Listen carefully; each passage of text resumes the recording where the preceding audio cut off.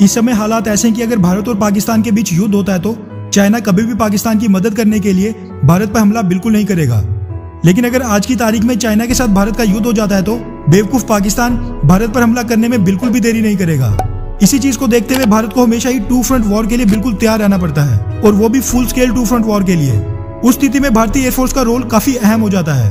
वैसे तो भारतीय एयरफोर्स ने कई बार बोला है कि वो एक साथ पाकिस्तान और चाइना से टू फ्रंट वॉर के लिए बिल्कुल रेडी है, और हम इंडियन एयरफोर्स की हिम्मत की दाद देते हैं।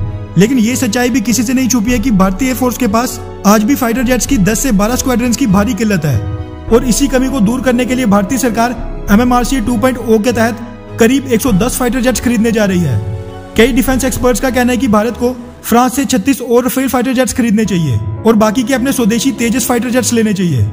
और कई एक्सपर्ट्स का मानना है कि भारत को चाइना के स्टेल्थ फाइटर जेट J-20 के मुकाबले के 1 से 2 स्क्वाड्रंस F-35 या फिर सुकोई Su-57 स्टेल्थ फाइटर जेट्स की खरीदनी चाहिए, क्योंकि अपने स्वदेशी स्टेल्थ फाइटर जेट की प्रोडक्शन में अभी भी 8 से 10 साल लग सकते हैं। फुली स्टेल्थ फाइटर जेट की बात की जाए तो मार्केट में 2 ही ऑप्शन है। एक अमेरिका का F-35 जिसको जापान, इजराइल, साउथ कोरिया जैसे कई देश ऑपरेट करते हैं, और दूसरा ऑप्शन है रशिया का सुकोई Su-57।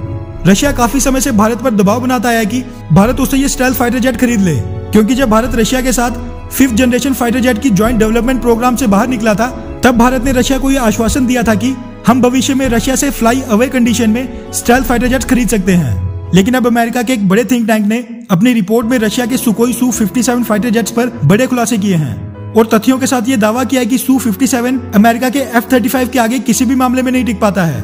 American research and development agency ने अपनी इस रिपोर्ट में Su-57 की सबसे बड़ी कमजोरी इस फाइटर जेट के इंजन को बताया है, जो कि किसी भी एंगल से स्टेल्थ फाइटर जेट्स में इस्तेमाल होने वाला 2nd जनरेशन इंजन बिल्कुल नहीं है। इस रिपोर्ट में यह भी कहा गया है कि एक नॉर्मल फाइटर जेट और 5th जनरेशन फाइटर जेट में सबसे ज्यादा जरूरी स्टेल्थ टेक्नोलॉजी का होना होता है, जिसकी मदद से दुश्मन के रडार्स में यह बिल्कुल नहीं पता चलता कि उस रेंज में कोई फाइटर जेट है भी या नहीं। लेकिन रशिया का ये Su-57 स्टेल्थ फाइटर जेट पूरी तरह स्टेल्थी बिल्कुल नहीं है, क्योंकि इस फाइटर जेट के इंजन कंप्रेसर ब्लेड्स बाहर की तरफ निकले हैं, जो इसकी स्टेल्थ फीचर को कम करते हैं। इसी के साथ इस रिपोर्ट में इस फाइटर जेट की बेल फ्री फ्लैशलाइट और इसके डिजाइन पर भी सवाल उठाए गए हैं, और ये बताया गया कि ये फाइटर जेट अभी भी पूरी तरह कॉम्बैट रेडी बिल्कुल नहीं है, और इसमें कई अपग्रेड्स की जरूरत है। इसलिए इस फाइटर जेट को खरीदना सबसे बड़ी गलती होगी। भारत की बात करें तो रशिया कई मौकों पर भारत को Su-57 बेचने की कोशिश कर चुका है। फिलहाल तो भारत ने इसमें कोई भी इंटरेस्ट नहीं दिखाया है, लेकिन अगर रशिया ने इस फाइटर जेट को पाकिस्तान को बेचने के संकेत दिए तो शायद भारत Su-57 की 1 या 2 स्क्वाड्रन रशिया से खरीद भी ले, क्योंकि ऐसा माना जाता है कि S-400 मिसाइल डिफेंस सिस्टम के समय भी ऐसी खबरें सामने आई थी कि रशिया पाकिस्तान को S-400 मिसाइल डिफेंस सिस्टम बेच रहा है। इसलिए भारत ने जल्दबाजी में रशिया से S-400 मिसाइल डिफेंस सिस्टम की डील की थी। अंतर्राष्ट्रीय कूटनीति में कोई भी देश ना किसी का परमानेंट दोस्त होता है और ना ही परमानेंट दुश्मन। सभी देश अपना अपना फायदा या फिर नुकसान देखते हैं। वैसे MMRCA 2.0 डील के तहत क्या भारत को फ्रांस से राफेल फाइटर जेट्स खरीदने चाहिए या कोई और फाइटर जेट खरीदना चाहिए? नीचे कमेंट करके अपनी राय जरूर बताएं।